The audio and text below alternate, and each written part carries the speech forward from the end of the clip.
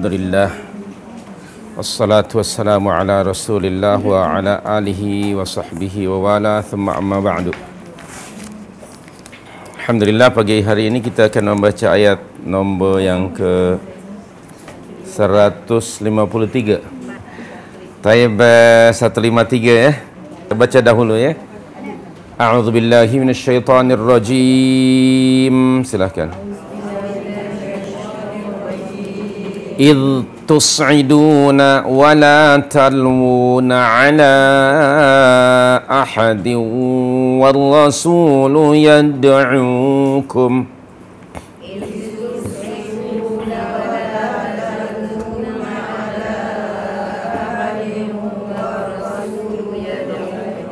والرسول يدعوكم في أخراكم فأثابكم غما بغم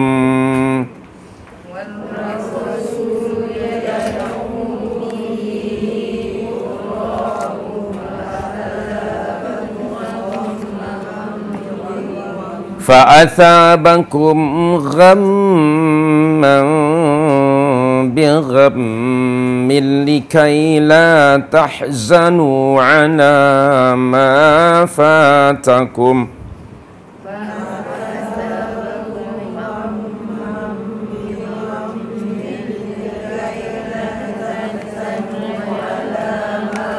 لكي لا تحزنوا على ما فاتكم ولا ما أصابكم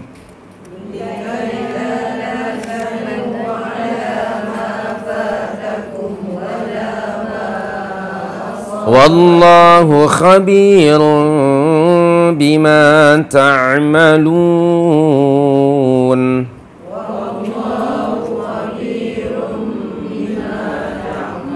ثم أنزل عليكم من بعد الغم أمنة نعاسا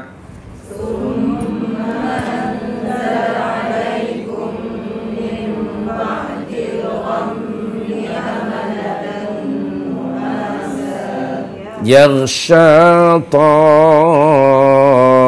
طائفة منكم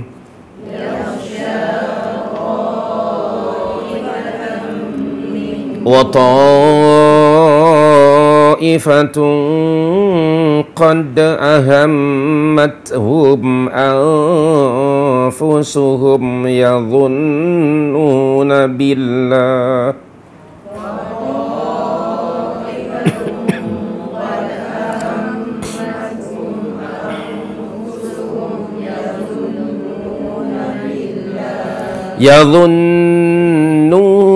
بالله غير الحق ظن الجاهلية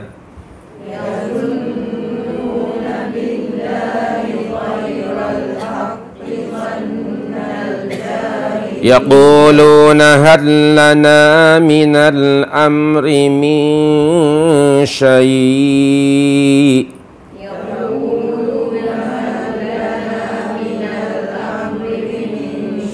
قل إن الأمر كله لله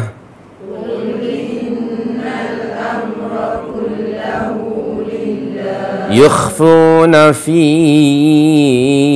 أنفسهم ما لا يبدون لك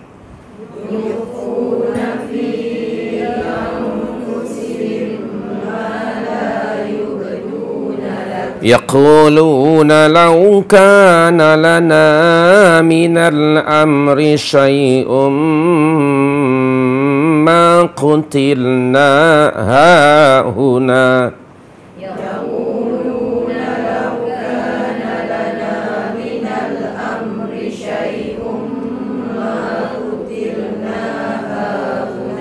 قل لو كنتم في بيوتكم لبرز الذين كتب عليهم القتل إلى مضاجعهم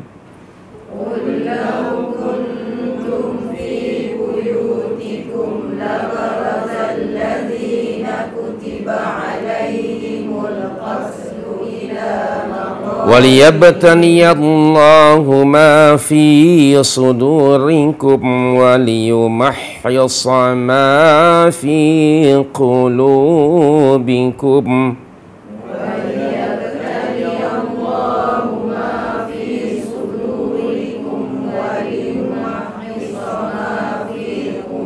والله عليم بذات الصدور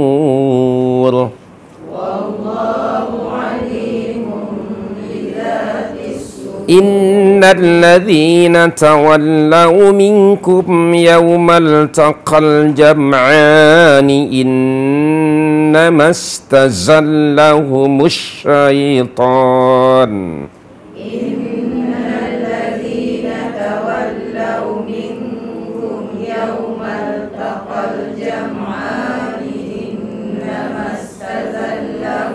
إنما استزلهم الشيطان ببعض ما كسبوا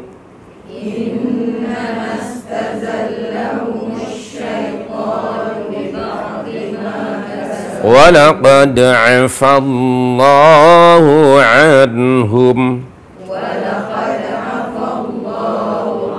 إن الله غفور حليم.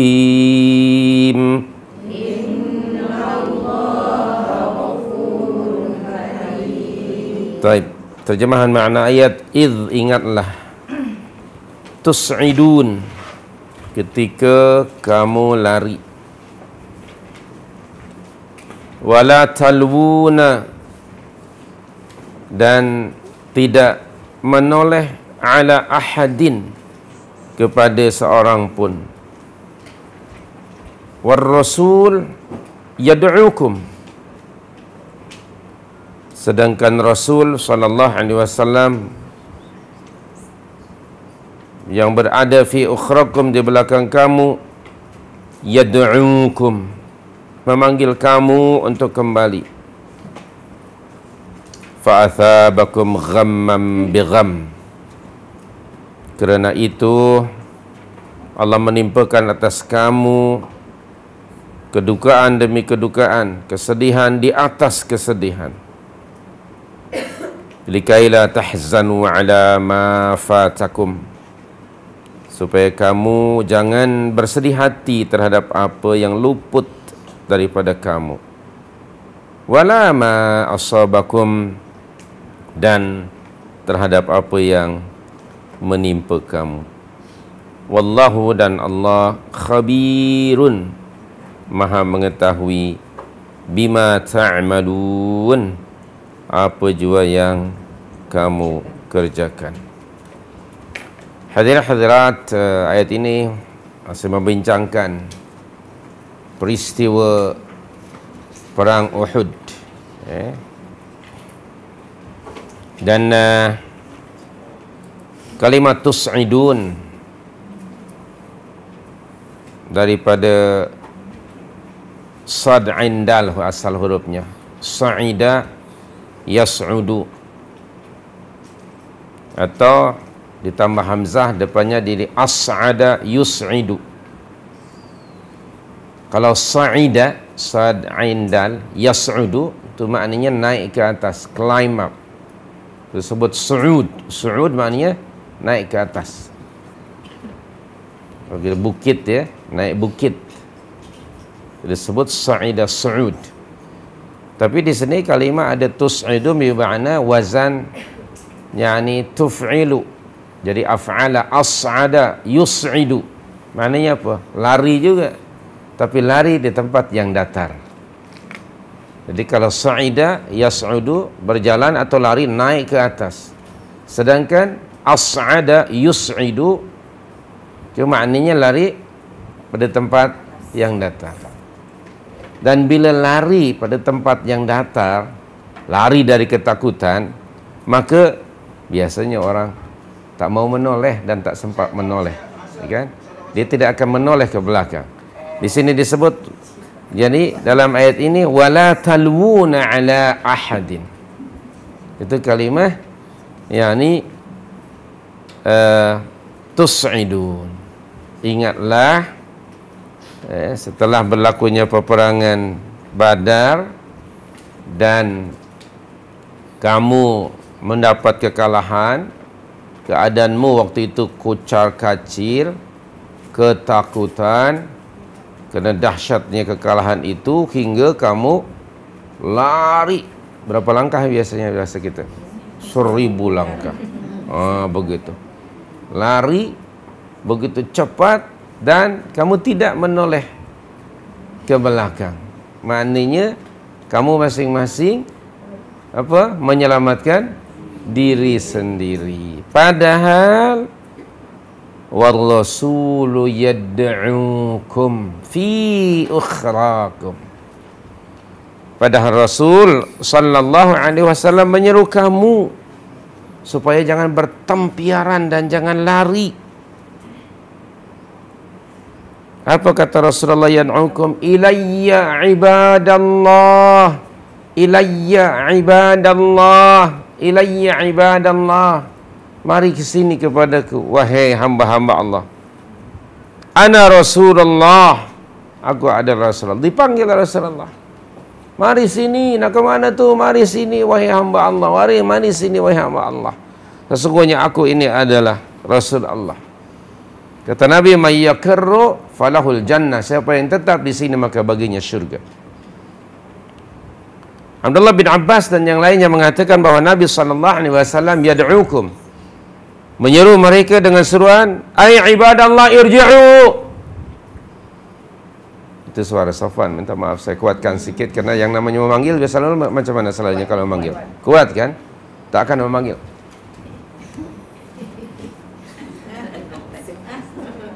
Itu Piramli ya. Bukan memanggil. Jadi yang namanya memanggil mesti kuat suaranya. Da'a yad'u maknanya menyeru. Ya, Nabi menyeru.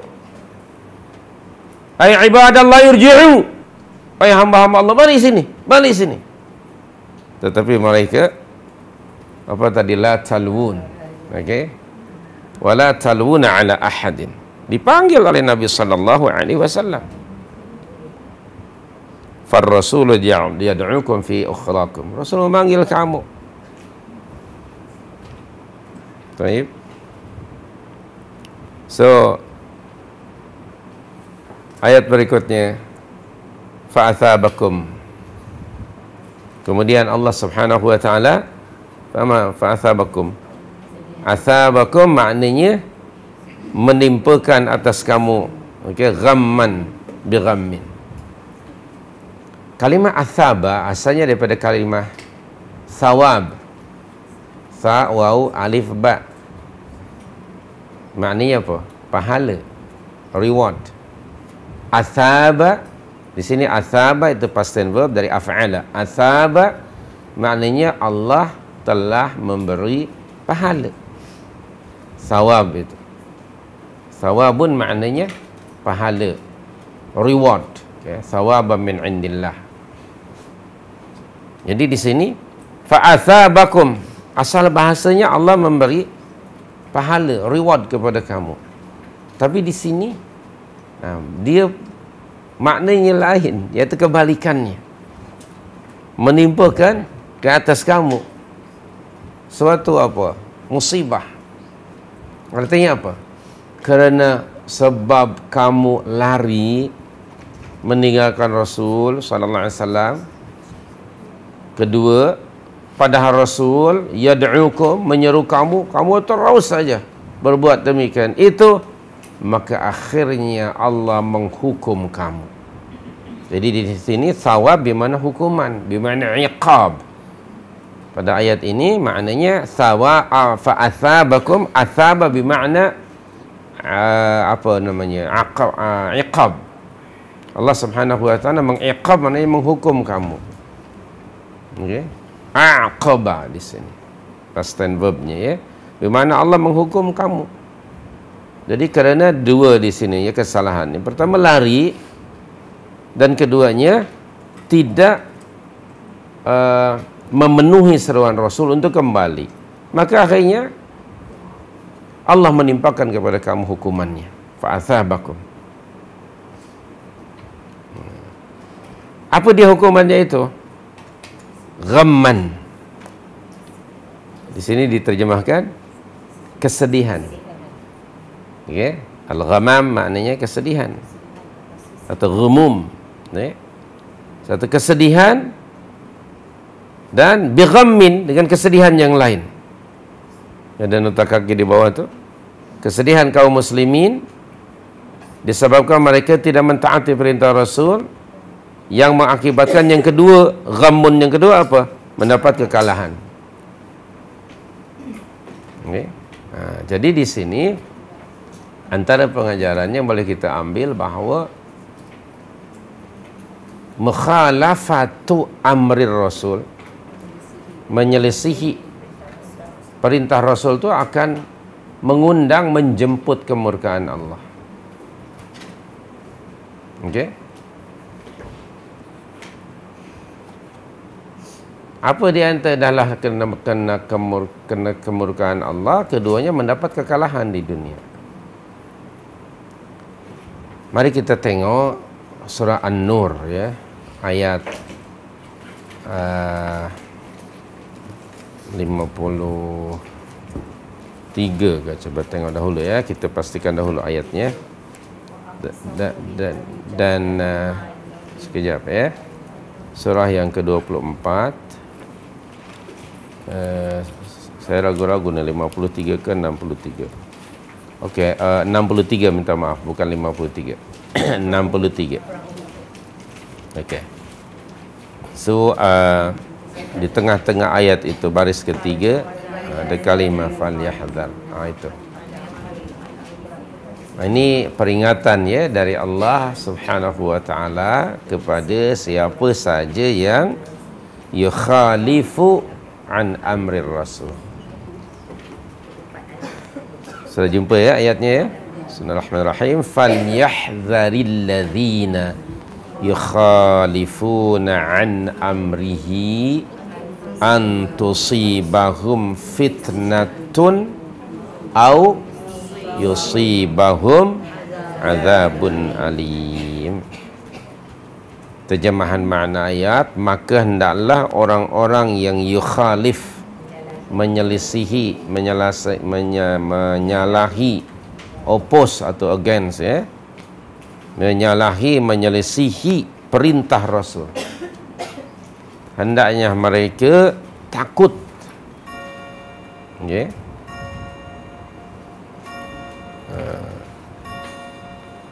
Dari mendapat akibat buruk ya, mendapat punishment, mendapat azab, teguran yang keras dari Allah dan Rasul, dari Allah Subhanahu wa taala, dan mendapatkan azab, kemurkaan Allah.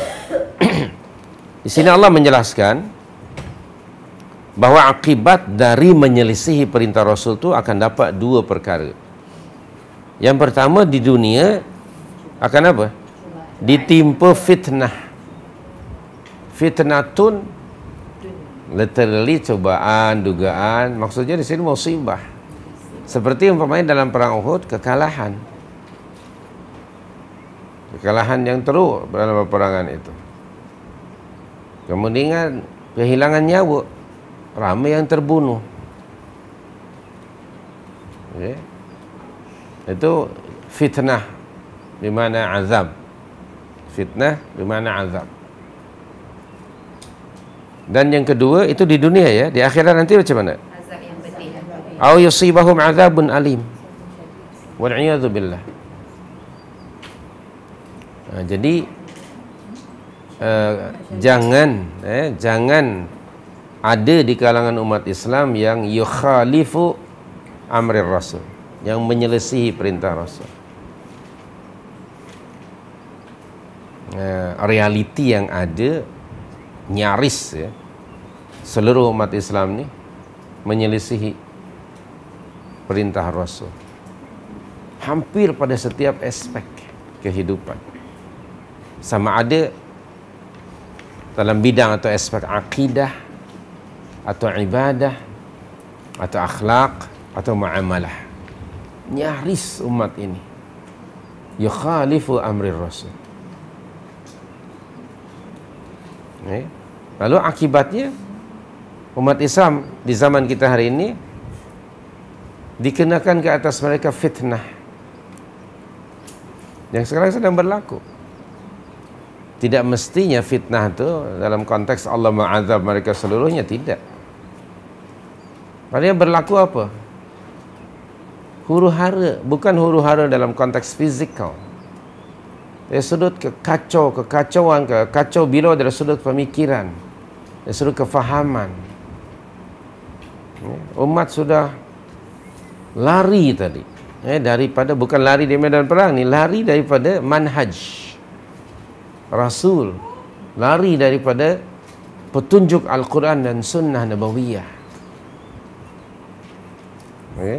Itu ditimpakan musibah ke atas umat. Bilangan umat Islam pada zaman kita ramai, 1 point, tidak kurang dari 1.8 bilion. Tapi umat ini tidak punya apa? Tidak punya kekuatan. Tidak diambil kira oleh orang lain kewujudan umat ini. Seolah-olah adanya umat ini macam tak ada. Seolah-olah begitu. Wujuduhu ka'adamihi, kata orang Arab. Adanya macam tak ada. Kita tidak punya, ya Rabb ya Karim, nyaris tidak punya kekuatan. Salah satu sebabnya ialah kerana yukhalifu amri Rasul. Mukhalafatu amri Rasul, menyelisihi ajaran Rasul sallallahu alaihi wasallam. Itu di dunia. Mari kita segera bertaubat dan menyadarilah. Mari kita menyadari, menginsafi bahawa kita selama ini stay away from Al-Quran and Sunnah Nabawiyah. Terus sekarang dipanggil wa Rasul yad'ukum. Mari ke sini, balik ke sini. Balik ke mana? Balik kepada, kama qala Rasulullah dalam satu hadis, ila an tarji'u ila dinikum. Illa, kecuali an tarji'u, kamu kembali ila dinikum, kembali pada agama kamu. Dan ini kembali kepada Al-Quran dan Sunnah Nabawiyah, mengikut kefahaman salafus salih. Itu saja jalannya kalau ingin mendapatkan nasrun minallah, pertolongan dan bantuan daripada Allah Subhanahu wa ta'ala. Jadi itu kita ambil pengajaran tadi dari ayat idh tus'iduna wa la taluna ala ahadin war rasul yad'ukum fi ukhrakum fa athabakum ghamman bighammin. Jadi sekarang kita pun ditimpa ghamman bighammin. Dalam bahasa kita apa? Sudah jatuh ditimpa tangga. Tangganya patah dua, jatuh pula ke atas tai lembu. Member itulah mentertawakan. Ya Allah. Nah, itu. Ghamman bighammin. Allah menggunakan kalimah ghamman dan ghammin dalam bentuk indefinite word, nakirah. Menggunakan tanwin, menunjukkan am. Dia boleh apa namanya, keadaannya mungkin berbeza-beza, tapi istilahnya disebut ghamman. Nah, bagi para sahabat ketika itu ghamman, yang pertama mereka disobedient, ya, mereka disobey Rasul sallallahu alaihi wasallam ketika Rasulullah memanggil. Padahal apabila Rasulullah menyeru itu, Rasul itu akan menyeru kamu hanya pada sesuatu yang akan memberi kebaikan, manfaat bagi hidup kamu di dunia dan di akhirat. Perhatikan surah 8 ayat 24. Bukan hanya perhatikan, maksudnya baca dan teliti, ya. Nah, tengok. Bismillahirrahmanirrahim. Ya ayyuhalladzina amanu istajibu lillahi wal rasuli idza da'akum lima yuhyikum ila akhir al-ayat. Baik, wahai orang-orang yang telah beriman, penuhilah seruan Allah dan seruan Rasulnya. Dan Rasul itu menyuruh kamu ke mana? Lima yuhyikum. Okay. Bila Rasul itu menyuruh kamu, idza da'akum, ke mana menyuruh kamu? Lima yuhyikum, pada sesuatu yang akan menghidupkan kamu, memberi maslahah, manfaat untuk kebaikan kamu, menghidupkan jiwa kamu, demi untuk kebaikan kehidupan kamu di dunia ini dan juga di akhirat. So, kalau diseru dan terus saja dia jalan sendiri, tidak menoleh, maka pasti akan mendapat akibatnya. Karena sifat itu, mukhalafatu amri Rasul, adalah maksiat. Dan setiap maksiat akan menjemput kemurkaan Allah, mengundang kemurkaan Allah. Baik. Itu ghamman bagi para sahabat ketika itu. Yang kedua, ghamman mereka, karena mereka mengkhianati ya Rasul. Keduanya apa? Mendapat kekalahan. Jadi bighammin, kalimat ghammin yang kedua ni, ghammin yang kedua itu akibat dari ghamman yang pertama itu. Maknanya apa? Kalau ada maksiat, disobedient terhadap Rasul, pasti akan mendapat hukuman dari Allah. Dahlah ghamman yang pertama itu pun dosa, akibat dosa itu ada apa? Jaza, balasan dari Allah, yaitu mendapat kekalahan. Jadi maknanya satu dosa ni selalunya akan diikuti dengan dosa yang lain, akan mengakibatkan dosa yang lain. Lebih-lebih lagi kalau sengaja ya. Buat mau kalau sengaja. Ada dalam bahasa kita, alah, alang-alang menyeluk pekasam, biar sekalian masam. Hingga pakal lengan. Nah, itu maknanya dia tahu itu asam tuh, apa namanya, akan mengakibatkan mungkin tidak baik. Ada sekalian saja. Itu maknanya ada unsur kesengajaan. Dah tahu benda itu maksiat, dah tahu benda itu salah, tapi dia tetap saja setelah diingatkan benda itu salah, dia tetap membuat. Jadi dahlah yang pertama itu dosa, diikuti dengan dosa yang kedua. Na'udzubillah. Fa'athabakum ghamman bighammin. Taib. Tetapi tentu dia ada hikmahnya. Bagi para sahabat radhiyallahu anhum ajma'in, apabila mereka melakukan kesalahan, maka ia menjadi pengajaran yang berharga bagi mereka. Dan apa pengajaran yang berharga bagi mereka? Segera mereka menyesali diri mereka. Menyesali diri mereka kerana menyelisihi perintah Rasul. Dan bila penyesalan timbul dari jiwa seseorang, yang keduanya tentu diikuti dengan apa? Taubat. Taba ilallah, anaba ilallah. Kembali kepada Allah. Dia repent dengan sincere repentance. Kembali dia bertaubat kepada Allah Subhanahu wa taala. Lalu mereka tidak akan mengulangi kesalahan yang sama. Dan bagi mereka, para sahabat telah mendapat keampunan dari Allah kesalahannya itu. Nah, apa yang yang berlaku dan dilakukan oleh para sahabat menjadi pengajaran bagi umat Islam yang datang setelah mereka. Jangan mengulangi kesalahan tersebut. Jadi jadikan ia sebagai panduan. Ternyata kesalahan para sahabat menjadi pengajaran kepada umat berikutnya. Nah, kita ambil pengajaran ini, jangan mengulang. Ada amaran dari Rasulullah SAW, nasihat, ya, peringatan. Mafhumnya, janganlah seorang mukmin itu terperosok 2 kali pada lubang yang sama, dipatuk oleh ular yang sama. Jangan 2 kali. Terperosok sekali itu wajar kerana mungkin dia lalai, dia leka. Tapi jangan sampai diulang. Yang namanya manusia punya kelemahan. Kita melakukan kesalahan. Para sahabat manusia biasa. Mereka hidup dan dipimpin oleh Rasul, bersama Rasul. And yet mereka juga punya kesalahan. Hanya kesalahan mereka itu tidak pernah diulang. Cukup ia dijadikan pengajaran yang sangat berharga.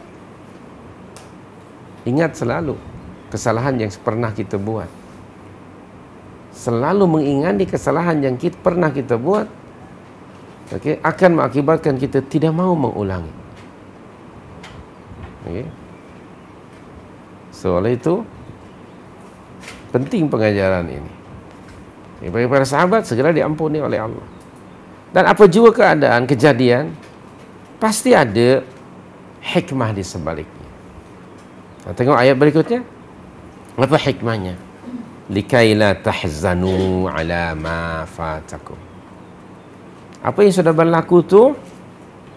Hikmahnya yang pertama, supaya jangan kamu berduka cita terhadap apa yang luput daripada kamu.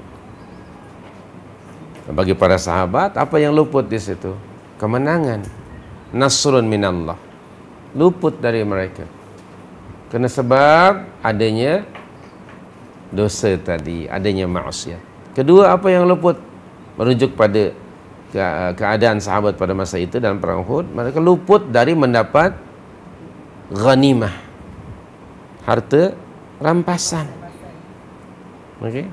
Luput daripada mereka manfaat itu. Kemudian yang kedua, wala ma asabakum, dan jangan kamu bersedih hati, berduka cita terhadap apa yang menimpa kamu. Apa yang menimpa mereka?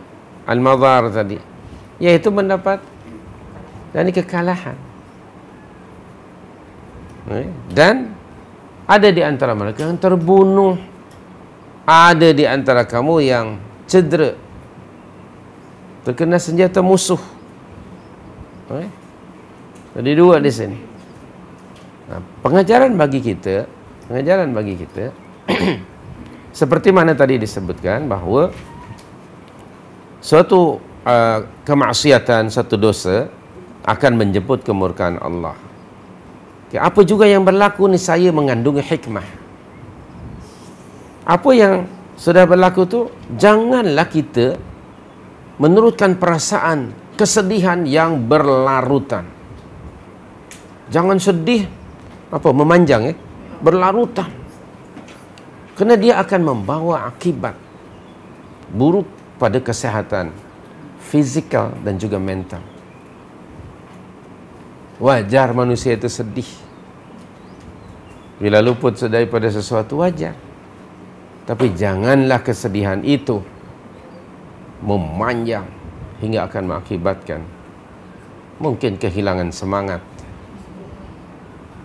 kesehatan terganggu, bahkan mental pun mungkin terganggu. Dan dia juga akan memberi kesan kepada keluarga. Keluarga pun jadi bingung macam mana caranya. Dia sentiasa mengunci diri, tidak mau bercakap. Nah kan, ahli keluarga pun sekarang jadi bingung kan. Apa bagaimana? Kalau kita cakap pun dia terus saja buang muka. Mukanya ada, maksudnya memalingkan muka. Bukan dibuang keluar sana. Buang muka. Tak mau, bagi makan, tak ini makan, ya Allah. Ya kan? Lebih bingung apa yang berlaku.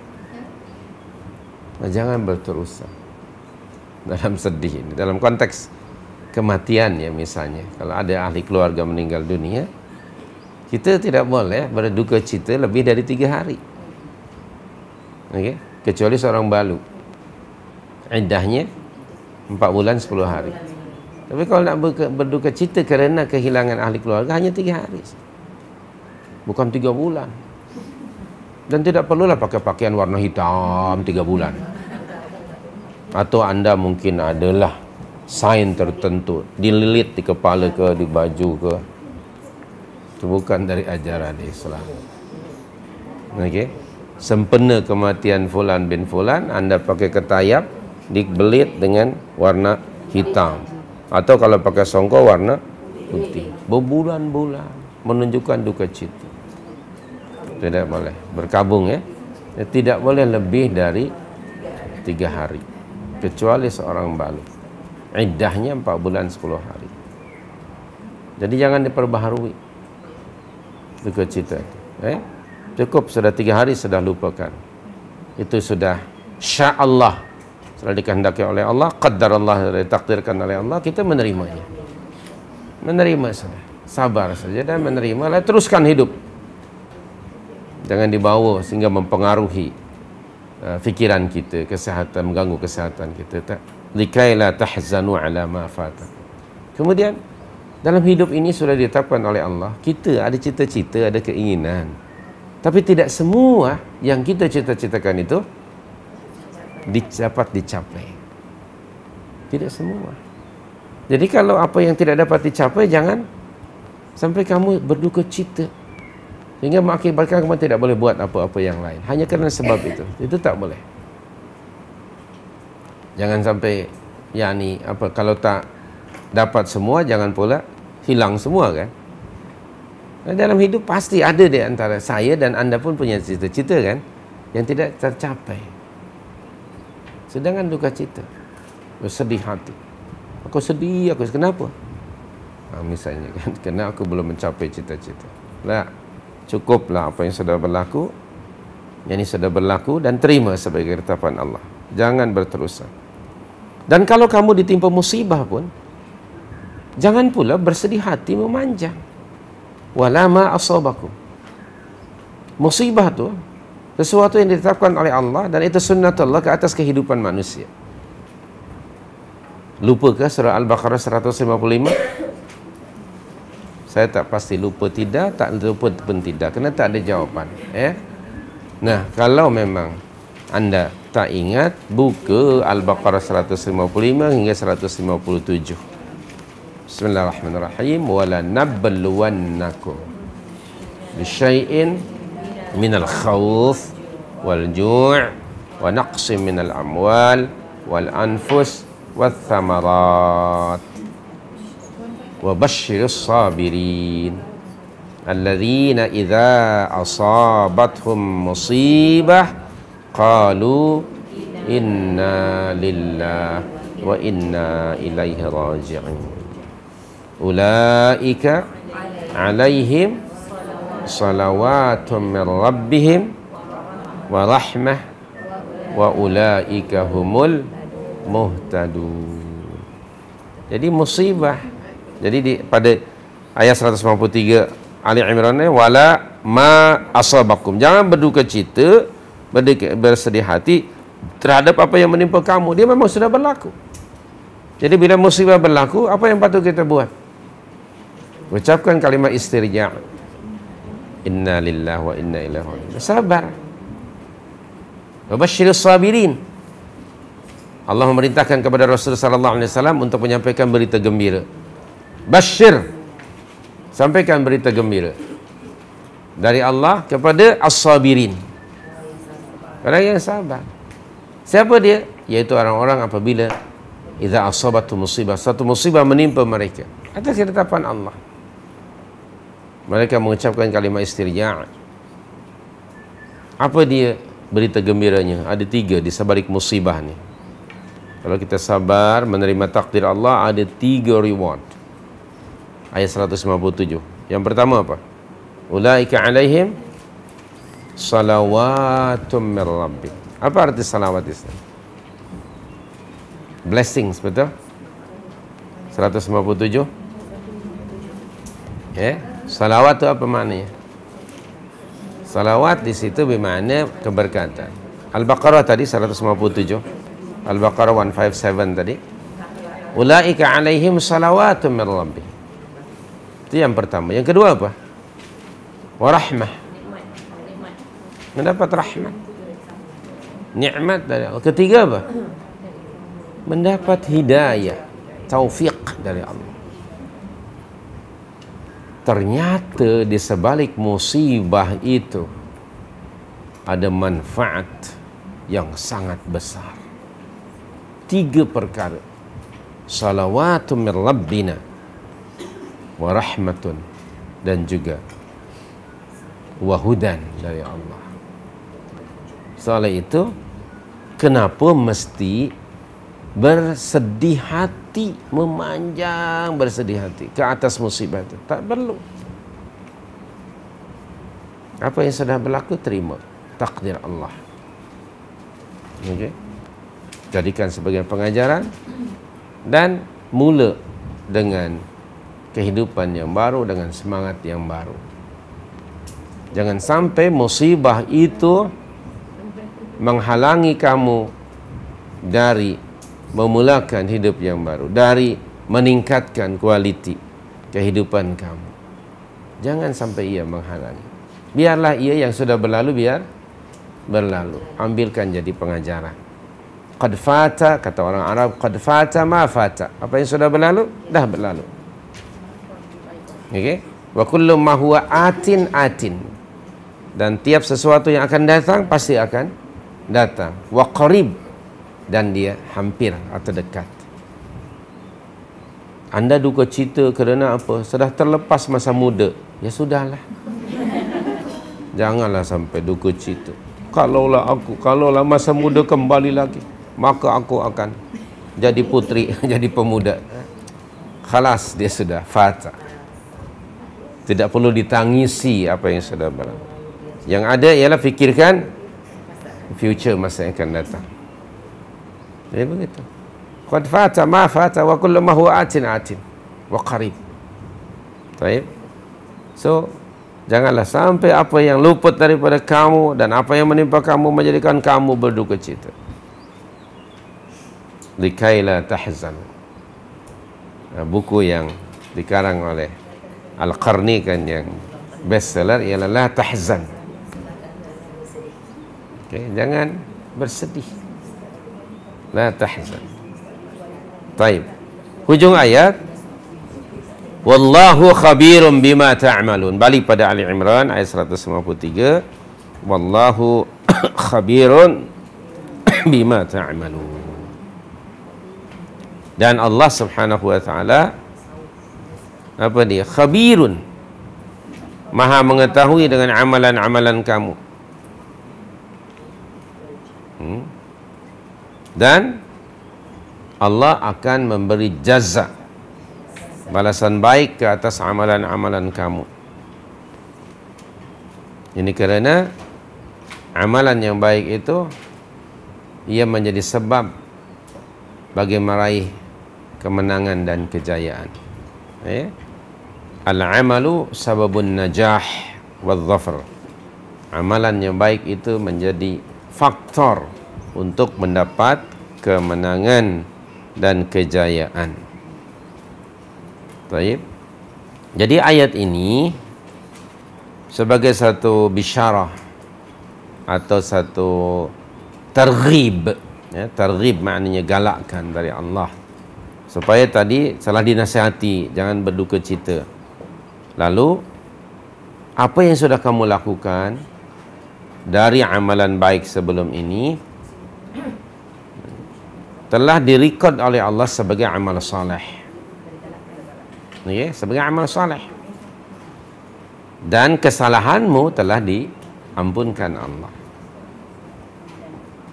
Ini satu motivasi dari Allah kepada orang-orang mukminin supaya jangan bersedih hati.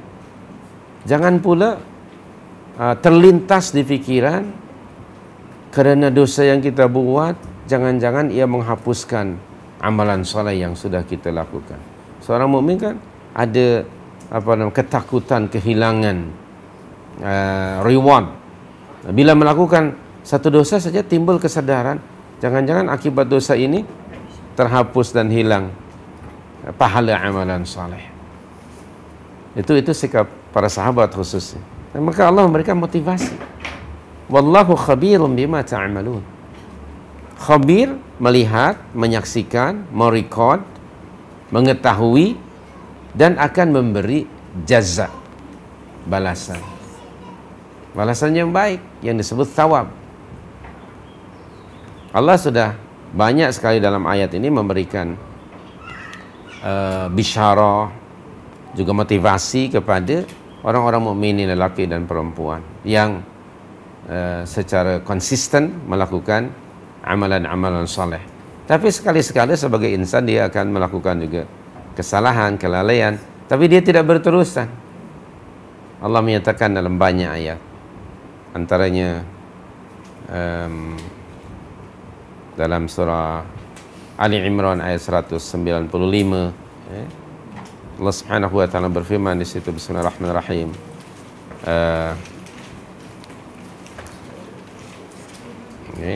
Fastajaba lahum rabbuhum anni la udhi'u amala amilin minkum min dzakarin aw untha.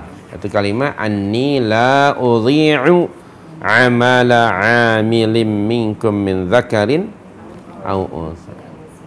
Anni, sesungguhnya aku, Allah berfirman, la udhi'u, tidak akan menyia-nyiakan, membiarkan amala amilin minkum, amalan saleh yang dilakukan oleh kamu, sama ada min dzakarin aw untha. So jangan duka cita, jangan give up, terus bahawa apa yang sudah dilakukan dari amalan saleh itu direkod oleh Allah. Ayat yang seiras dengannya dalam surah Al-Kahf, surah 18, ya, ayat yang ke-30 itu. Bismillahirrahmanirrahim. Innal ladzina amanu wa 'amilus shalihat inna la nudhi'u ajra man ahsana amala. Jadi di sini inna la nudhi'u. Tadi di situ anni la udhi'u. Sini inna la nudhi'u ajra man ahsana amala. Sesungguhnya kami tidak akan menyia-nyiakan pahala orang-orang yang mengerjakan amal saleh. Baik. Oleh itu teruskan mengerjakan amalan-amalan saleh yang diridhai Allah. Dan motivasi yang lain dalam surah 16 ayat 97. 16:97. Bismillahirrahmanirrahim. Man 'amila salihan min dzakarin aw untha wa huwa mu'minun falanuhyiyannahu hayatan thayyibah wa lanajziyannahum ajrahum bi ahsani ma kanu ya'malun. Jadi sekali lagi hujung ayat 153 dari surah Ali Imran ini adalah motivasi dari Allah. Wallahu khabirum bima ta'mal. Baik. Kemudian yang kedua, selain dari motivasi untuk terus mengerjakan amal saleh, pada waktu yang sama juga ada tarhib. Okay, ada tarhib, ada warning, ada ancaman. Sesungguhnya Allah Subhanahu wa taala Maha mengetahui apa yang kamu kerjakan. Nah, jadi maksudnya apa? Allah Maha mengetahui apa jua yang kamu kerjakan, bukan hanya amalan yang baik, termasuk amalan yang buruk, maksiat pun juga Allah tahu. Nah, ini maksudnya supaya kamu jangan melakukan dosa dan maksiat. Hindarkan diri kamu dari melakukan maksiat. Karena apa? Maksiat sekecil manapun tetap diketahui oleh Allah dan pasti akan mendapat balasan. Faman ya'mal mithqala dzarratin khairan yarah. Wa man ya'mal mithqala dzarratin syarran yarah. Jadi itu. Jadi ayat ini ada targhib, ada tarhib. Okay? Encouragement and discouragement. Selalu ingat.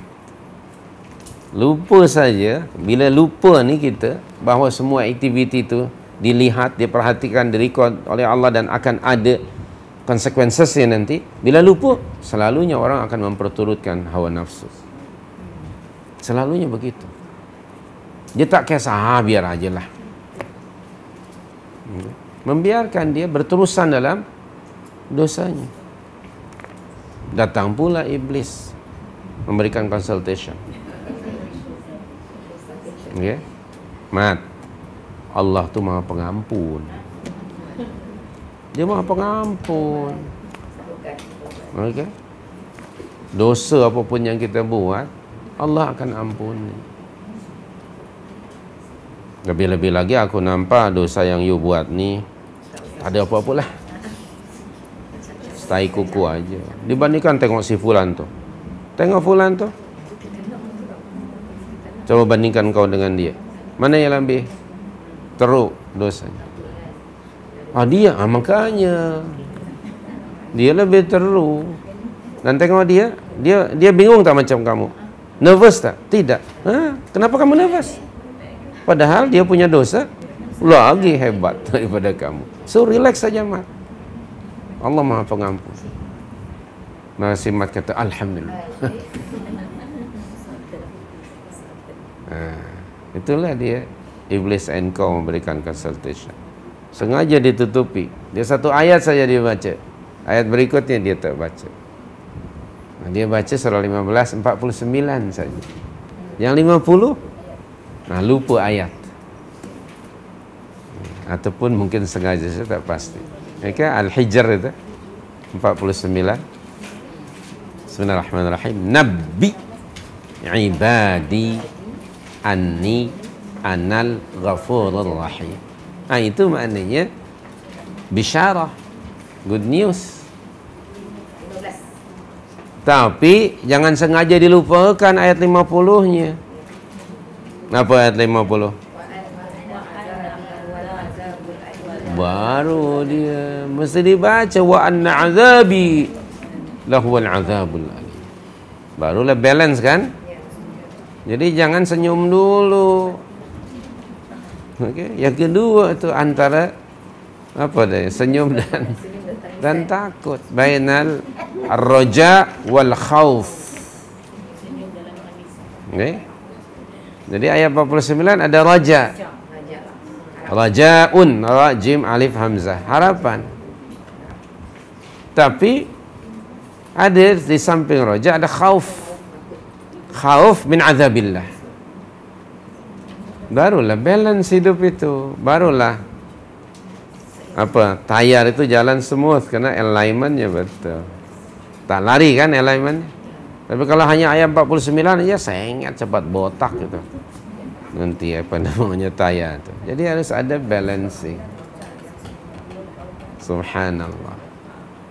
Jadi sekali lagi, wallahu khabirun bima ta'malun. Itu dia, ada encouragement, ada discouragement, ada targhib, ada tarhib. Kemudian yang Allah nilai dari setiap individu ialah amalannya. Bima ta'malun. Bukan hanya bima ta'lamun. Ada beza tak? Ta'lamun apa yang you all tahu. Ini ta'malun apa yang begitu. Jangan tak malu. Tak ada malu. Tak malu, tak ada malu. Na'udzubillah. Perhatikan di sini bukan hanya ilmu, tapi amalan. Ilmu sangat penting. Kama qala Ali, al-ilmu yuaddi ila al-amal. Ilmu akan mendorong, membawa kepada amalan. Okay?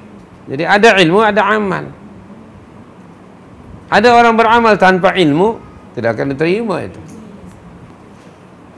Jika kata Nabi SAW, mafhum sebuah hadis dalam 40 hadis akhir zaman, nanti akan tiba masanya pada umat ini ubad atau nusak juhal, ahli ibadah yang jahil. Dia beribadah hanya didorong, dimotivasi oleh feeling dan perasaannya. rajin betul dia. Hingga kadang-kadang over limit. Dan dengan penuh kreasi dia create. Okay. Ibadah-ibadah tertentu yang tidak ada petunjuknya dalam agama ini. Karena dia pakai feeling. Orang-orang Kristian dhalun, mereka sesat. Itu apa? Semangat beribadahnya luar biasa, kuat sekali, tetapi without knowledge. Orang Yahudi pula maghdub alaihim, ada ilmu tapi tak buat. Kalau pasal ilmu, kau tanya apa saja tahu encik. Kau tahu, yang itu tahu encik, semua tahu. Tapi dia tahu tak buat. Dia tak buat. Nah, yang selamat ialah dianugerahkan Allah al-ilmul haq, ilmu yang benar, ilmu yang sahih, wal amalu bihi, dan mengamalkan ilmu itu. Itu yang selamat. Itulah orang-orang allazina an'ama Allahu alaihim. Orang-orang yang telah dianugerahkan Allah ke atas mereka nikmat karunia minan nabiyyin was-siddiqin wasyuhada was-salihin. Nah, ada di kalangan umat Islam yang semata-mata belajar, berpengetahuan hingga mendapat title intellectual Muslim. Kaum intelek hebat, tetapi hanya sekedar pengetahuan, knowledge for the sake of knowledge, tidak buat. Dia memang kalau pasal bercakap, masya Allah, membuat dan membentangkan kertas kerja. Jadi akhirnya yang kerja apa? Kertas. Yang nampak kertas kerja. Kalau pasal itu memang, tapi belum tentu, na'udzubillah, belum tentu dia mengamal. Kedua, di kalangan umat Islam ada semangat beramal. Minta maaf, especially after pension. Lepas pension memang motivasi untuk beribadah itu luar biasa. Betul tak? Okay. Lepas pension memang motivasi luar biasa. Nak beribadah, memperbanyak ibadah. Tetapi tanpa ilmu yang benar. Akibatnya mungkin dhalun. Na'udzubillah. Hari-hari mesti diawasi dua fenomena ini. Okay. Jangan terjerumus pada kelompok al-maghdhub alaihim ataupun ad-dhalun, wa'udzubillah. Yang benar ialah orang yang berada ala siratillahil mustaqim. Baik. Kalau itu fahami, ketahui apa as-sirat al-mustaqim, kemudian fattabi'hu, ikuti. Masih ingat surat 6 153 tak? Alhamdulillah. So kalau begitu tak payah dibukalah. Bismillahirrahmanirrahim.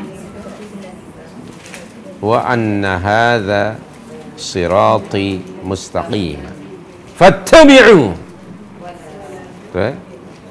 Jadi ada 10 wasiat Al-Quran dalam surah yang ke-6 mula ayat 151 hingga 153. Jadi saya minta tadi Anda merujuk ayat 153.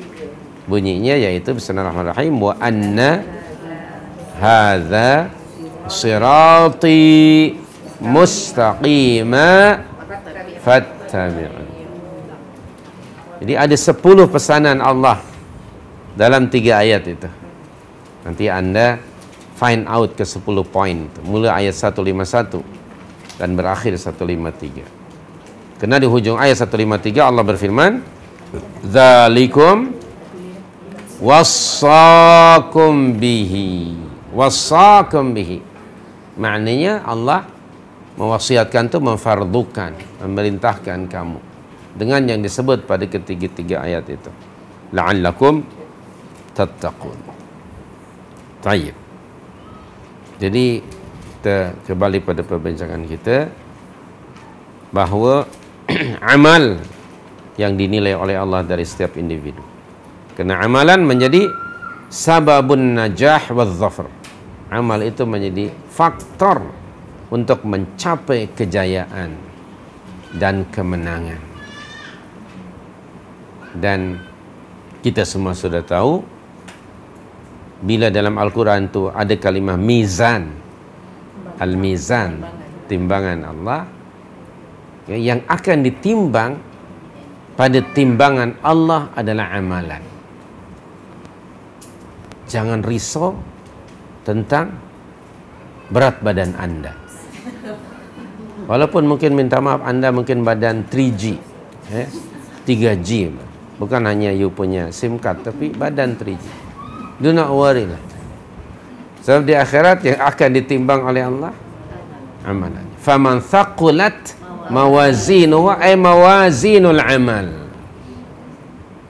Okey, barang siapa yang berat timbangannya, maksudnya berat amalannya, bukan badan.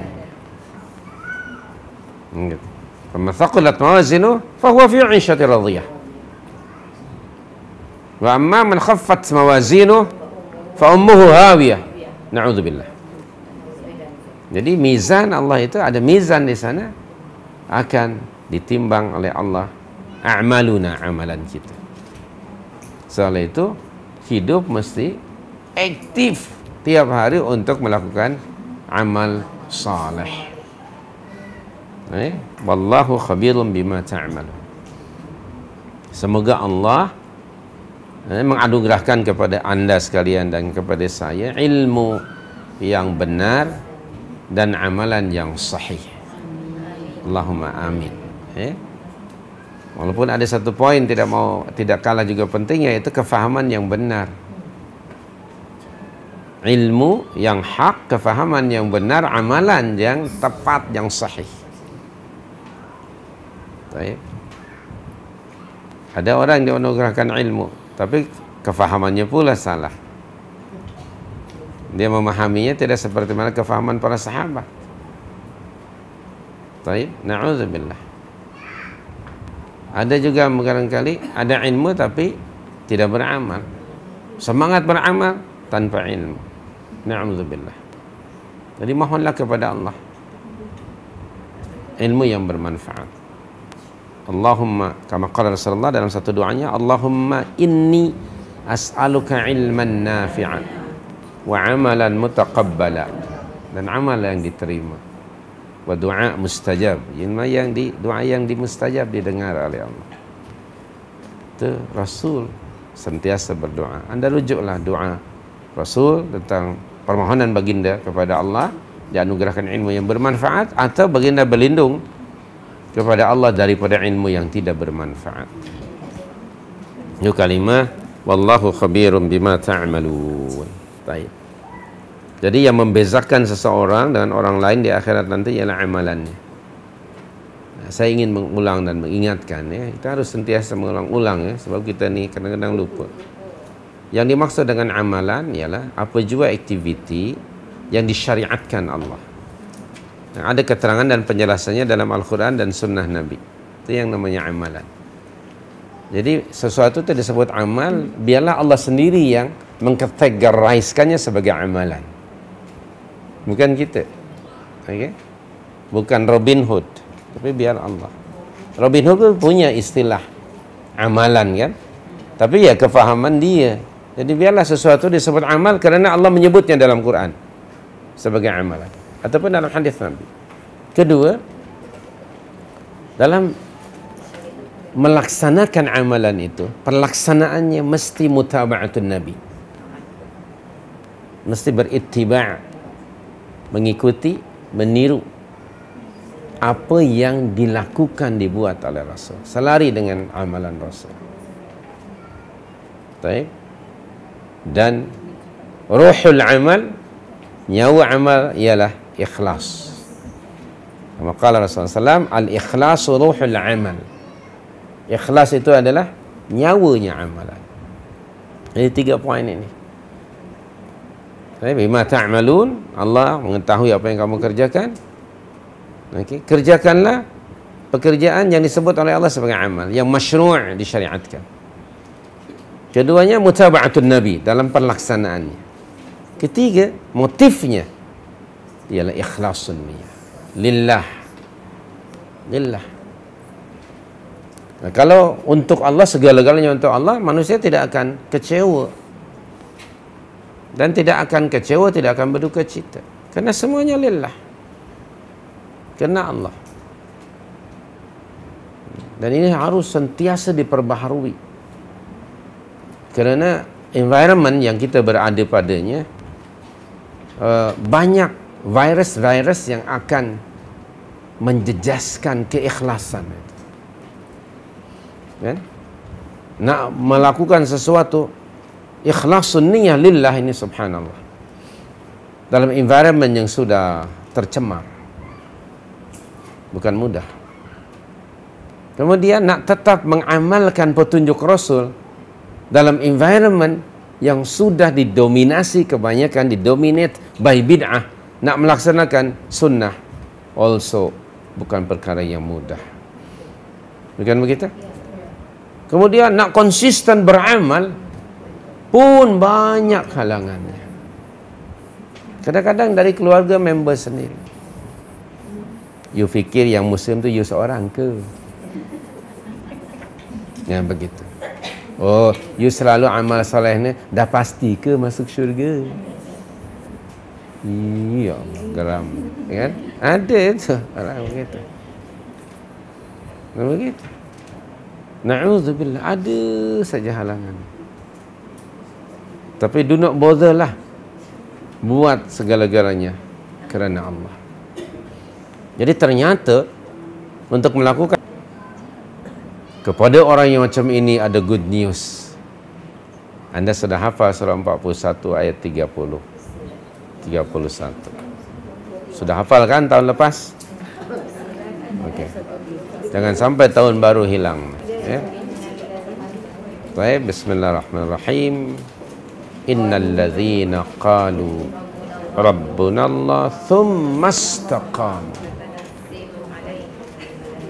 tatanazzalu alaihimul malaikah alla takhafu wa la tahzanu wa abshiru bil jannati allati kuntum tu'adun. Nahnu awliya'ukum fil hayatid dunya wa fil akhirah wa lakum fiha ma tashtahi anfusukum wa lakum fiha ma tad'un nuzulan min ghafurir rahim. Ya Allah ya Karim, bukan mudah ya, untuk tetap istiqamah. Istiqamah dalam niat, ikhlas dan terus beramal bukan mudah. Sebab di luar sana environmentnya sudah polluted. Ya Allah ya Karim. Begitulah kita kan. Di sini sekarang semangat nih, di ruang ini. Nah, coba nanti keluar pintu. Barangkali sudah down 5%. Masuk pintu kereta down another 5%. Sampai ke rumah tinggal 5% saja barangkali. Allahu Akbar. Jadi nak konsisten nih. Kenapa? Sebab di luar ya Allah. Baik, barangkali para sahabat yang telah dianugerahkan Allah nikmat untuk bersama dengan Rasulullah, environmentnya berbeza dengan kita. Baik, tetapi kalau kita tetap dengan izin Allah setelah kita bermujahadah, terus konsisten, generasi ini akan mendapat kelebihan daripada generasi awal. Satu ketika Rasulullah dalam keadaan merindukan, dia kata, aku rindu pada saudara-saudara aku, ikhwani. Kata para sahabat, alasna ikhwanak, bukankah kami ini saudara anda ya Rasulullah? La, bukan kamu yang aku maksud, kamu itu sahabat-sahabat aku. Jadi siapa saudaramu ya Rasulullah? Orang-orang muslim yang datang selepas kamu, yang mereka mengerjakan apa yang kamu kerjakan hari ini, walaupun mereka tidak melihat dan berjumpa dengan aku. Mereka itulah yang aku rindui. Aku rindu nak berjumpa dengan mereka. Allahu Akbar. Mudah-mudahan kita termasuk orang yang dirindui Rasul sallallahu alaihi wasallam. Tapi subhanallah, sekali lagi perlu kepada perjuangan. Perjuangan disebut mujahadah. Anda sudah baca dalam kitab Riyadhus Shalihin bab mujahadah. Antara ayatnya surah 15 99-nya. Surah 29 ayat yang ke-69. Surah Al-Ankabut 69. Walladzina jahadu fina lanahdiyannahum subulana wa innallaha lama'al muhsinin. Surah 29 ayat terakhir sekali. Jadi Allahu Akbar, ya, untuk tetap konsisten dengan amal ibadah ni bukan mudah.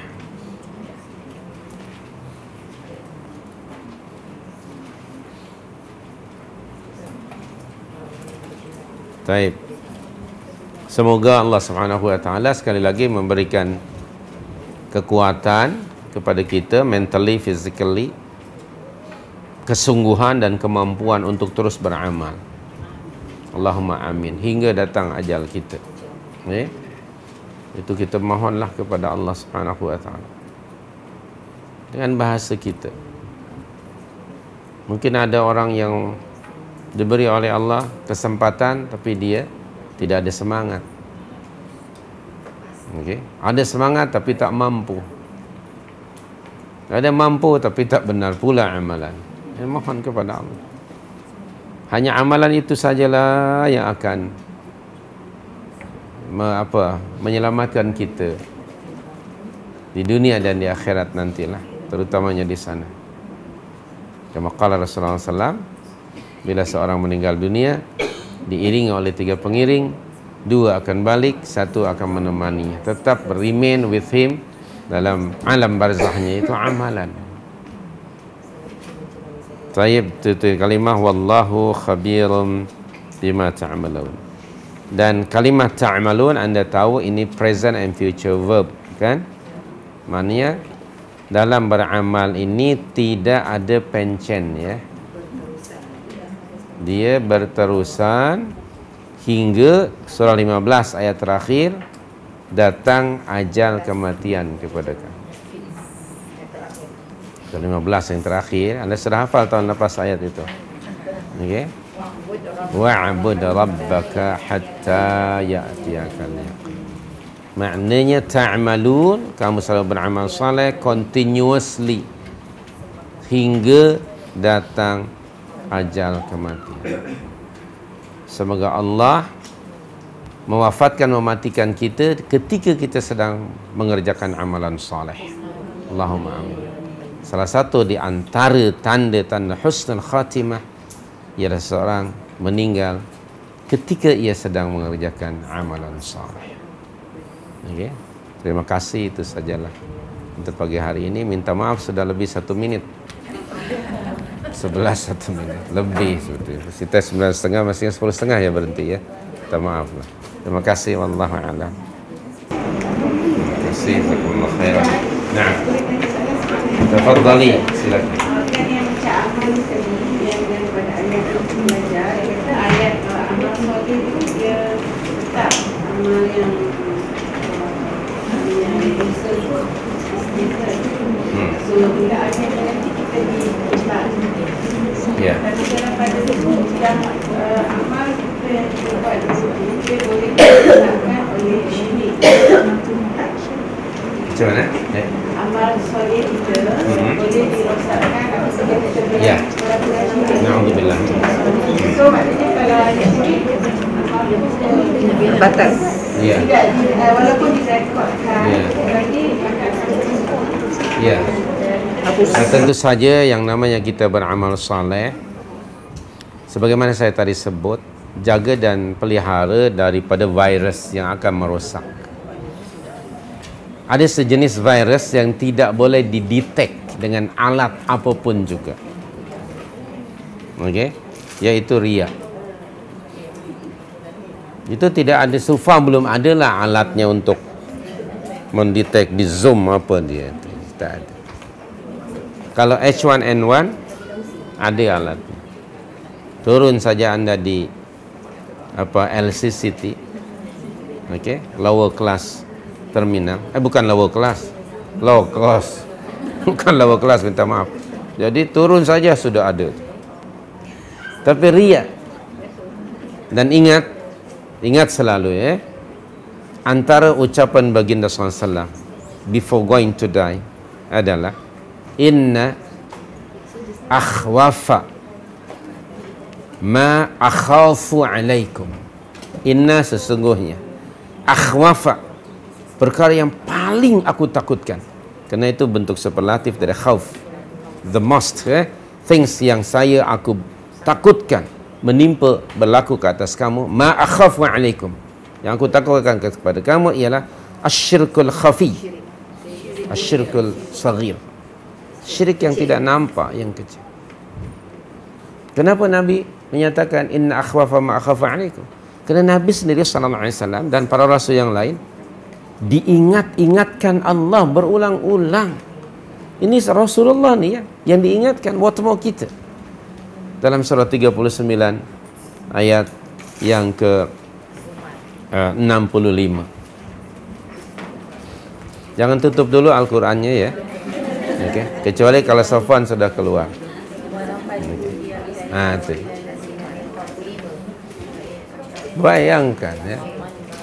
Kata Ibnu Katsir, coba kamu bayangkan teguran yang keras ini dihalatujukan kepada baginda sallallahu alaihi wasallam dan para rasul yang mereka mustahil mereka akan menduakan Allah, mustahil akan ada ria pada mereka, tetapi tetap ditegur oleh Allah.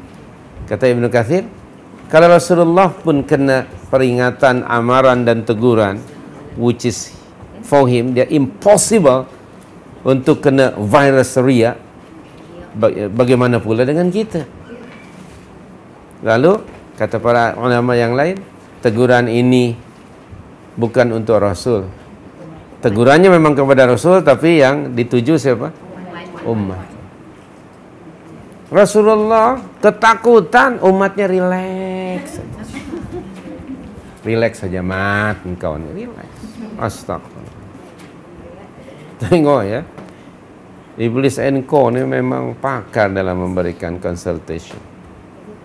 Hari ini ya Rabbi ya Karim, virus ria itu. Okay? Awas dan waspada, hati-hati. Antara perkara yang menjadi perhatian Allah dan Rasul ialah sesuatu yang akan membatalkan amal soleh tadi. Lawan ikhlas ialah ria. Betul tak? Lawan ikhlas ialah ria. Jadi hati-hati itu. Na'udzubillah. Di situ disebut la in asyrakta la yahbatanna 'amaluk. Itu yang pertama. Kedua, wala takunanna minal khasirin. Na'udzubillah. Kalau kamu menduakan Allah, ada saja virus ria, na'udzubillah min dzalik, maka ia akan mengakibatkan terhapus, hilang semua pahala amalan saleh kamu. Na'udzubillah min dzalik. Na'udzubillah. Dan keduanya kalau sudah hilang, nothing, zero dalam buku catatan amalan tu, maka di akhirat nanti ada apa? Minal khasirin. Tinggal barangkali apa, melopong istilahnya. Mata terbeliak, mulut mengangguk. Begitu. Astaghfirullah. Sebab dia mengharapkan mendapat reward dari amal yang dilakukannya sekian lama. Tiba-tiba na'udzubillah. Maka hari-hari mohon kepada Allah perlindungan. Allahumma inni a'udzubika min an usyrika bika syai'an a'lamuhu wa astaghfiruka mimma la a'lam. Rasulullah mengajar doa itu hari-hari. Ya Allah, aku berlindung kepadamu dari menduakanmu, menyekutukanmu dengan sesuatu yang aku ketahui, dan aku mohon perlindungan, keampunan kepadamu dari sesuatu yang tidak aku ketahui. Itu doa mohon dijauhkan dari perbuatan syirik, termasuk syirik asghar. Kalau Nabi hari-hari berdoa, takkan SB tak berdoa? Safwan Badri, SB itu Safwan Badri. Nabi pun berdoa, takkan relax saja. Kita mesti bimbang dan takut. Itu ada roja, ada khauf. Dua-duanya mesti aktif dan balance. Jangan hanya roja macam orang murji'ah, aliran pemikiran murji'ah. Dan worry mat engkau ni, yang penting ni kat dalam mesti baik. Itu orang yang murji'ah yang sesat. Dia sudah buat terminologi baru bahawa agama tu yang penting di dalam aja kan. Itu Abu Talib juga di dalamnya baik gitu. Ini satu aliran yang bid'ah. Agama yang penting dalamannya saja. Na'udzubillah. Atau yang tadi Murji'ah, Allah tu Maha Pengampun. Dan ingat, keampunan Allah itu lebih besar dari dosa kita. Lah, dosa kita ni kecil aja. Keampunan Allah Maha luas dan besar. Oh ya, tak ya. So akhirnya dia meneruskan na'udzubillah maksiatnya itu.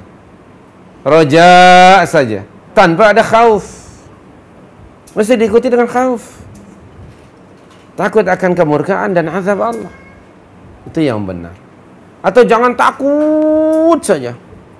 Menekuk terus takut ya.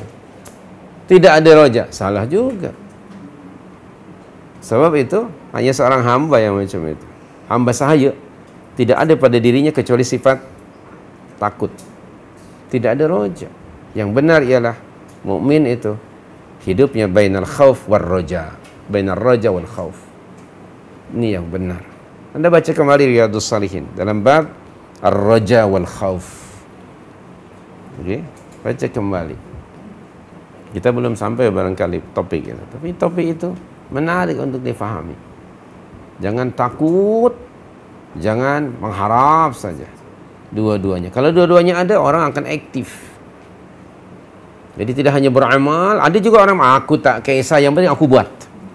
Takkan Allah tak nilai. Kan? Ada tak? Aku buat sajalah, pejam mata saja mat kita buat. Dolal dia apa pun dia buat. Kenapa pejam mata kan? Dia bantai semua. Halal haram pun dia pejam mata kan, mana tahu halal haram. Na'udzubillah. Mana sunnah mana bid'ah? Dia buat saja. Itu urusan Allah lah. It's up to him. Astagfirullah. Ini tak betul ini rojak. Yang kedua pula takut saja kepada Allah.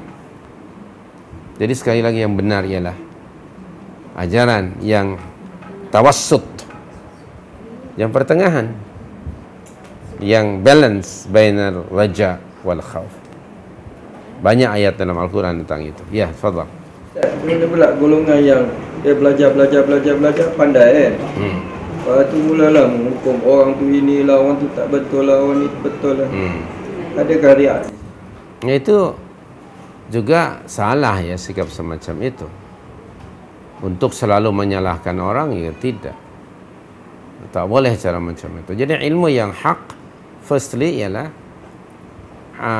laksanakan dulu untuk diri sendiri. Kalau kita rujuklah satu ayat surah 41 ayat yang ke-33. Okey. Wa man ahsanu qawlan mimman da'a ila Allah wa 'amila shalih. Jadi seorang alim dia mengamalkan ilmunya, keduanya dia berdakwah. Nah, berdakwah ini salah satu metodologinya ialah sesama kita ya, maksudnya al-amru bil ma'ruf wan nahyu 'anil munkar. Bukan membuat judgement. Dan tengok surah yang ke-9 ayat 122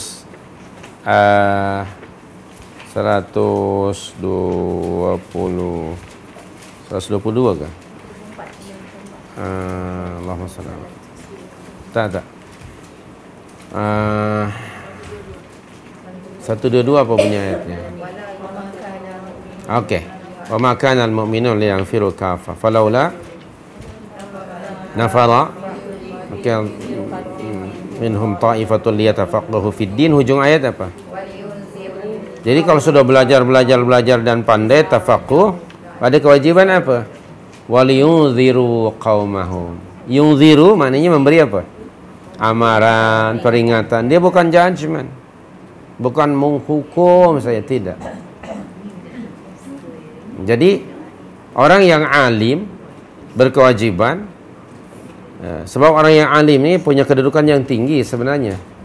Nabi menyatakan al-ulama warathatul anbiya. Subhanallah. Nabi tidak menyebut Al-atibba, doktor-doktor perubahan ialah pewaris Nabi. Tidak. Accountant, al-accountantiyun warathatul, tidak. Al-ulama warathatul anbiya. Ini mereka punya kedudukan yang tinggi. Apa yang diwariskan Rasulullah? Ilmu. Lalu bagaimana Rasulullah deal dengan ilmu itu? Beramal dan menjelaskan. Oke, menjelaskan yang hak, menjelaskan kesalahan orang. Mungkin orang melakukan kesalahan itu tanpa ilmu. Mungkin dia tidak sadar, maka perlu dijelaskan. Saudara, benda ini tidak baik, kurang baik, tidak tepat. Yang tepat begini, jelaskan kenapa tidak baik. Itu disebut bayan. Al-Quran merupakan bayanun linnas. Litubayyin, kan ada perintah Allah kepada Rasul, litubayyina lahum. 1644 itu. Untuk supaya kamu menjelaskan. Menjelaskan apa itu hak, apa itu batil. Setelah itu, ajak bawa orang bimbing ke jalan yang benar. Dalam bentuk amalan ilmu itu. 42, surah 42 ayat yang ke 52. Wa innaka latahdi. Guide the people. Nah, ketika kita mengajak orang untuk mengamalkan ilmu itu, dengan dua tadi metodologi, yaitu encouragement dan pada waktu yang sama discouragement. Yang ketiga, baru buat apa? Judgment jika ada yang melanggar. Jadi prosesnya seperti itu. Bayan lebih dahulu, lalu guiding the people, dan yang ketiganya baru ada judgment. Perhatikan dalam Al-Quran. Contohnya banyak sekali lah syariat Allah ni. Bila Allah turunkan Al-Quran, Allah jelaskan dahulu. Lalu digalakkan untuk beramal. Ketiganya, siapa yang melanggar mesti ada punishment, kan? Selalunya begitu. Jadi tidak mendahulukan punishment, mendahulukan explanation, clarification. Nah, begitu. Jadi kalau ada orang alim belajar asyik semuanya bulldoze semua orang, ya jangan, tidak semua mungkin orang harus menggunakan metode seperti itu, ya. Yang pastinya Allah menyatakan secara am metodologi dakwah ada 3 dalam surah 16 125, yaitu by wisdom, beautiful preaching, dan juga by apa namanya. Kalau nak perlu argue, please argue with them with the best way. Nah, itu yang Allah sebutkan. 3 metodologi dakwah. Ya, selalunya kalau orang selalu menyalahkan orang lain, ya biasanya kalau menyalahkan orang lain, maksud saya amnya dia akan menggunakan intonasi bahasa yang tinggi, kemudian bahasanya pun mungkin kesat, kan? Selalunya orang buat judgement seperti itu. Mata yang sipit pun jadi misalnya, kan? Selalunya begitu. Suara yang lembut jadi keras, okay? Nah, maka Allah menegur Rasul dalam surah 3 159. Kita akan baca nanti ini. Walau kunta faddan ghalidhan, okay? Lan fadda min hawlik. Fabima rahmatin min Allah linta lahum walau kunta faddan ghalidhal qalbi lan fadda min hawlik. Fa'fu anhum wasfah wasyawirhum fil amri. Tengok tu. Ada saja apa guidance dari Allah kepada Rasulnya. Nah, kita sebagai da'i, sebagai pendakwah, nah ayo kita ikuti itu. Jadi jangan mendahulukan judgement.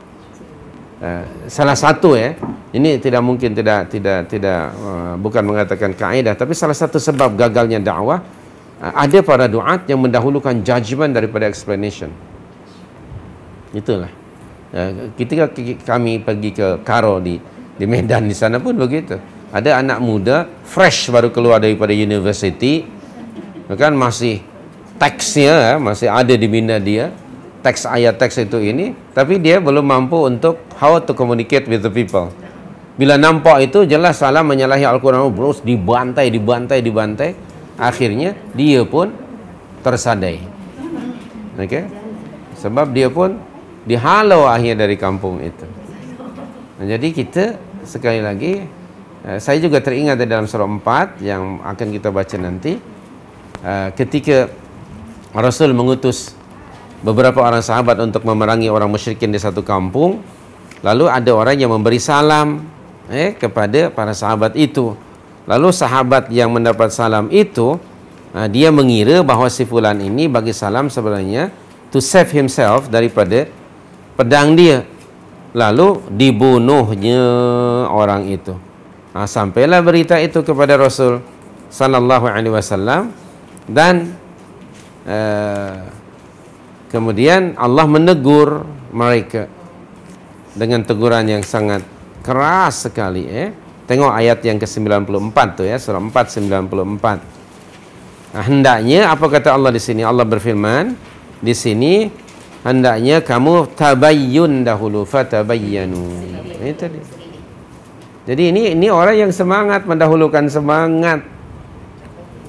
Okey, daripada explanation tadi. Ya ayyuhalladzina amanu idza darabtum fi sabilillah fatabayyanu wa la taqulu liman alqa ilaikum assalamu alaikum. Alqa assalam. Tiba-tiba kamu jawab lasta mu'mina. Itu dia. Kamu bukan orang mukmin. Sebenarnya you ni bagi salam sajalah pura-pura supaya kamu ni selamat dari pedang aku. Dibunuhnya akhirnya orang itu. Sampai berita itu kepada Rasul, turun ayat ini. Dan apa sahabat itu? Kalau tidak salah siapa? Khalid bin Walid ke siapa? Adalah banyak sahabat yang begitu. Maka dia kata seolah-olah langit runtuh atau gunung runtuh menimpa kepala dia. Habis seolah-olah all kind of his good deed just because dia tersalah. Tapi kemudian dimaafkanlah. Kerana mereka sahabat ya. Ini jadi pengajaran bagi kita, jangan mendahulukan judgement, selidik dahulu. Akhi, antum buat macam itu tu sedar tak benda itu apa yang you buat tadi? Ya, sajalah encik, saya dah biasa buat macam ini. Nah, terangkan pada dia. Kenapa? Dalam ayat tadi apa? Dulu you all pun macam depa juga. Betul? Kita dulu macam mana? Tengok album lama. Di sini ayat tadi disebut oleh Allah, walaqad kuntum mithlahum. You pun dahulu macam dia. Maknanya dahulu kamu musyrik, maka sekarang sudah beriman, jangan terus buat jalan. Fatabayyanu, tabayyun, teliti, selidik, dan kemudian explain to the people. Jangan mendahulukan judgment. Kenapa? Sebab you pun dahulu macam dia juga. Saya membesar dalam keluarga yasinan, tahlilan. Walaqad kuntu mithlahum. Saya juga dulu, I was one of them. Sekali saya balik ke kampung, to my own family, takkan saya terus bulldoze. Datang dari Madinah, saya bawa bulldozer. Bantai. Tak ada, ditembak nanti. Terangkan. Kita dahulu itu. Dan ketika mereka faham dan kita buat perbandingan dengan dalil-dalil kerana mereka berfikir, maka hadahumullah. Demikian. Da'i sebagai mubayyin, orang yang menjelaskan. Maka ada syekh, ada orang setuju tidak itu salah. Ada satu buku judulnya Nahnu Du'at La Qudat. Kita pendakwah bukan judge. Beli buku itu ya. Kita pendakwah bukan hakim. Jadi salah satu kegagalan dakwah, kadang-kadang ada da'i yang mendahulukan judgment daripada explanation. Terima kasih. Okey, itu saja. Wallahu a'lam. Aqulu qouli hadza wa astaghfirullah. Insya-Allah jumpa pada 13 hari bulan 8 pagi hingga 12 tengah hari. Terima kasih. Subhanakallahumma bihamdika asyhadu an la ilaha illa anta astaghfiruka wa atubu ilaika. Wa sallallahu alaihi ala nabiyyina Muhammad wa ala alihi wa sahbihi ajma'in wa akhiru da'wana alhamdulillahi rabbil alamin. Assalamualaikum.